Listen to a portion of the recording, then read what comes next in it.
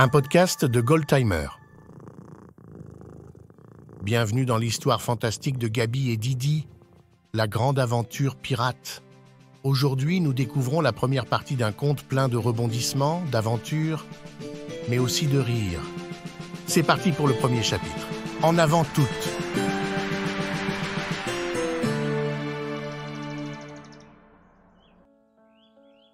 Il était une fois, dans une ville côtière ensoleillée, un jeune garçon nommé Gabriel. Avec ses cheveux blonds brillants, ses yeux bleus pétillants et une étincelle de malice cachée dans leur profondeur, Gabriel était toujours prêt pour l'aventure. Didi, un chat roux au sourire édenté et à la curiosité insatiable, était toujours prêt à se joindre aux escapades de Gabi.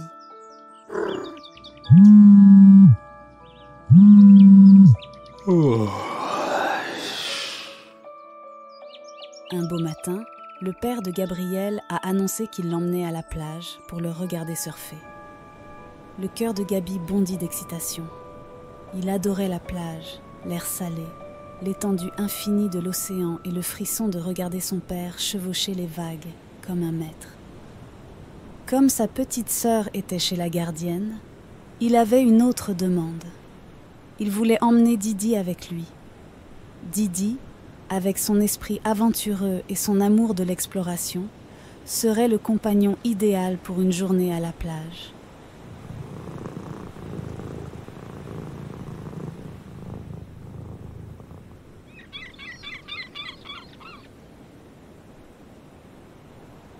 Le père de Gabriel, un homme qui gâtait toujours l'esprit aventurier de son fils, accepta. Le soleil brillait, et l'attente d'une journée remplie de divertissements dans l'air glacé le ravissait. Arrivé à la plage, la vue du vaste océan bleu et des vagues déferlantes coupa le souffle à Gabriel. Il regardait son père en action, glissant sans effort sur l'eau comme un dauphin maladroit.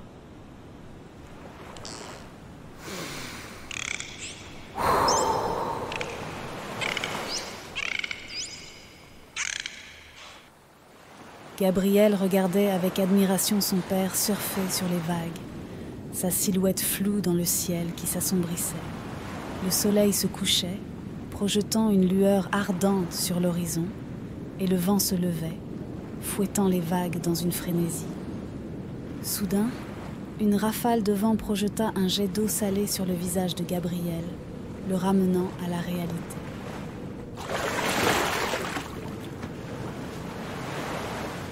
Il scruta l'horizon, le cœur battant la chamade. Quelque chose n'allait pas.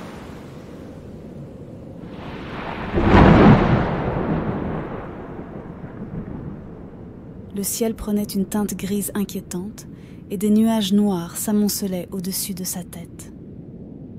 Le vent hurlait maintenant, secouant les arbres dans une frénésie et envoyant du sable tourbillonner sur la plage.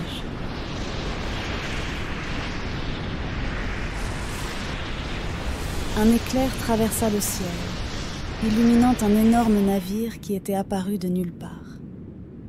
C'était un vieux bateau pirate usé par le temps, ses voiles en lambeaux et sa coque marquée. Gabriel regardait avec admiration le bateau pirate émerger de l'obscurité croissante, sa silhouette contrastant fortement avec la lueur ardente du coucher du soleil.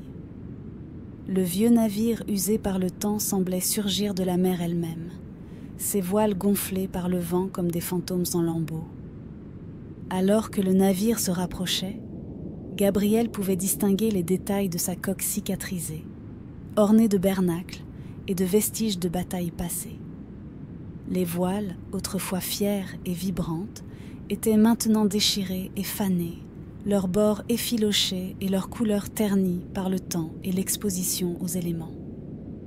Le gréement du navire était un enchevêtrement de cordes et de lignes, certaines tendues et d'autres lâches, se balançant dans le vent comme les membres d'un géant squelettique. Des lanternes étaient suspendues à intervalles réguliers le long du pont, projetant une lueur étrange qui dansait sur les vagues.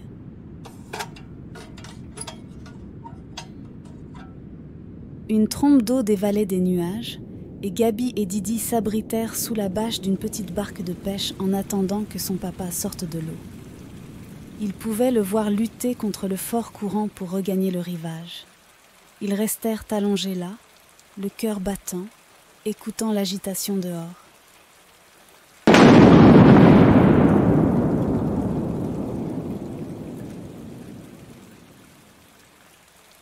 Gabriel souleva la bâche un instant et regarda avec horreur un groupe de pirates descendre une petite embarcation dans l'eau et ramer vers le rivage.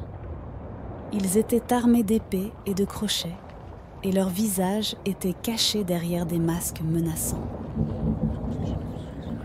Ils pouvaient entendre les sons de l'équipage du navire, leurs voix rudes et leurs rires durs. L'odeur du goudron, de la poudre à canon et de la décomposition flottait lourdement dans l'air, un rappel des longs et périlleux voyages du navire.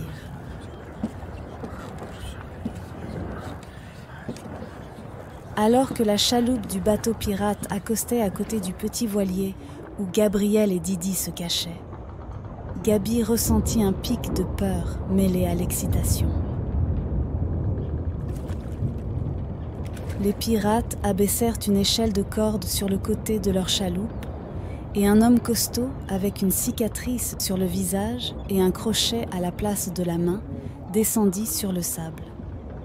Il fut suivi par un groupe d'autres pirates, tous armés d'épées et de lances.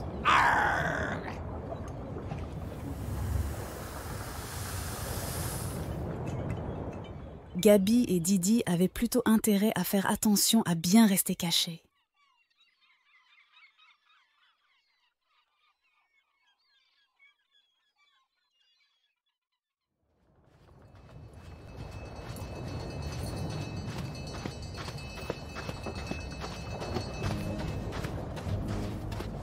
Gaby entendait les pas de son papa qui approchait. Il avait réussi à rejoindre la plage et arrivait en courant pour mettre Gaby et Didi en sécurité. Didi sursauta au bruit d'une bagarre.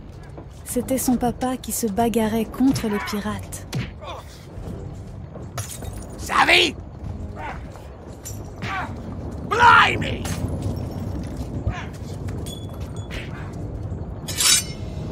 Les félons avaient des sabres. Son papa n'avait aucune chance sans épée. Mais il se défendait comme il pouvait avec sa planche de surf.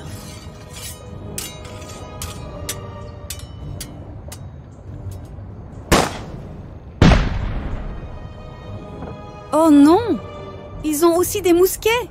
Ils tirent en l'air! Son papa fut contraint de rendre les armes, posa sa planche sur le sable et leva les bras en signe de reddition.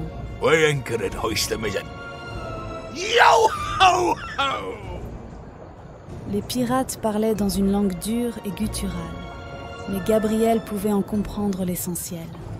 Ils emmenaient son père sur leur bateau. Il entendit les pirates bâillonner son papa et le déposer dans le fond de la chaloupe. Gabriel les écoutait partir, le cœur rempli de désespoir. Mais une flamme ardente s'alluma dans ses yeux. Il n'allait pas abandonner. Il allait sauver son père, quoi qu'il en coûte, car c'était son projet.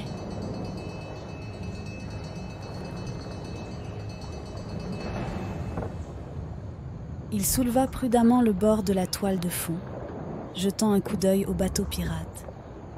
Il était maintenant ancré à une courte distance du rivage, son équipage s'affairant à préparer sa prochaine aventure. Gabriel savait qu'il devait agir vite. Il tira la barque dans laquelle il était réfugié dans l'eau. Elle était glacée. Puis il rama tant bien que mal en direction du bateau pirate, profitant de l'obscurité à son avantage. Didi était perché à l'avant telle une figure de proue.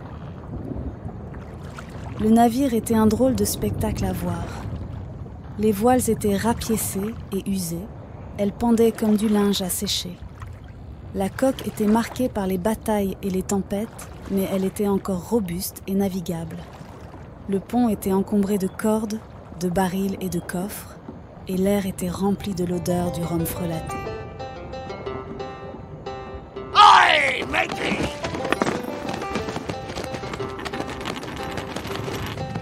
Ahoy, me hearties! Run a shot across the bow. Il pouvait entendre les hommes chanter et se battre. Il décida d'attendre avant de tenter de monter à bord et accrocha sa barque à l'arrière du bateau avec une cordelette.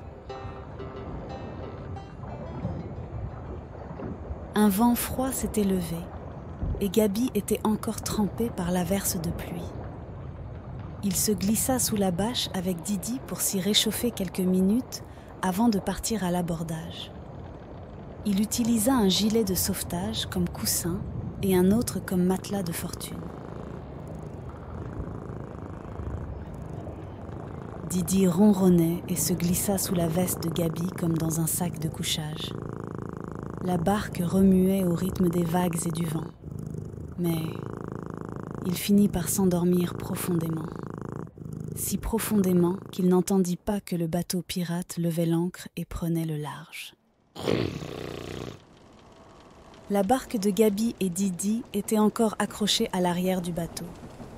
Gaby était embarquée malgré lui dans une aventure nocturne qui avait tout l'air d'un cauchemar. Mais les cauchemars et les rêves sont parfois si proches, n'est-ce pas ?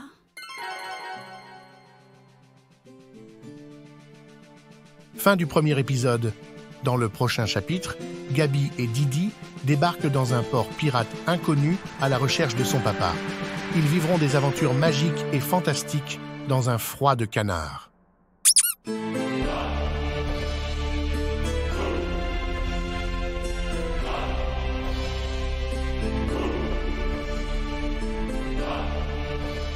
À bientôt.